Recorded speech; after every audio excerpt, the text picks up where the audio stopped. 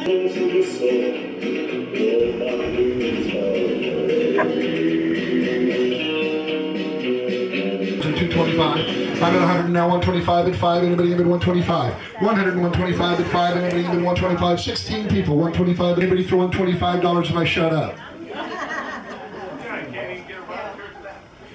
Sold $100, the winner is?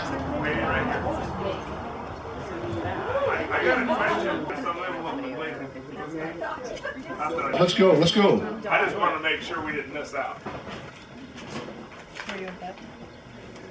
Backpack, how many would you like? The basic message I want to share with you is that we live in a very critical time. That we are the generation that's here on the planet right now in the middle of the largest mass extinction of species in 65 million years. And it's being caused by one thing. It's being caused by people taking out their wallets and paying for meat, dairy products, and eggs.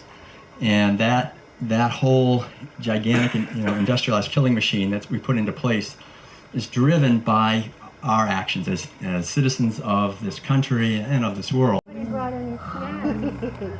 Oh, let me see that. Oh, let me see that. See, everybody imitates it. The beauty of the message is that it's not necessary and that we can thrive as individuals on a plant-based diet, that we could thrive as a society, that we could actually create a world of peace and justice and freedom.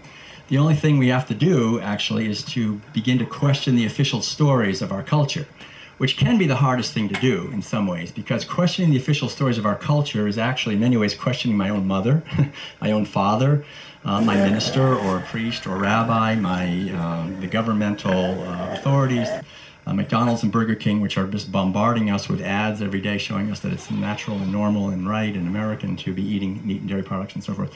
So I think the situation we find ourselves in is enormously positive in the sense that there is a change happening, but it's also critical in the sense that it's important that we act in this way. And that's why I love being here, because this is, in a sense, to me, a sacred space. This is a space where human compassion and wisdom and sanity have actually taken root, and animals are treated as beings, not as things.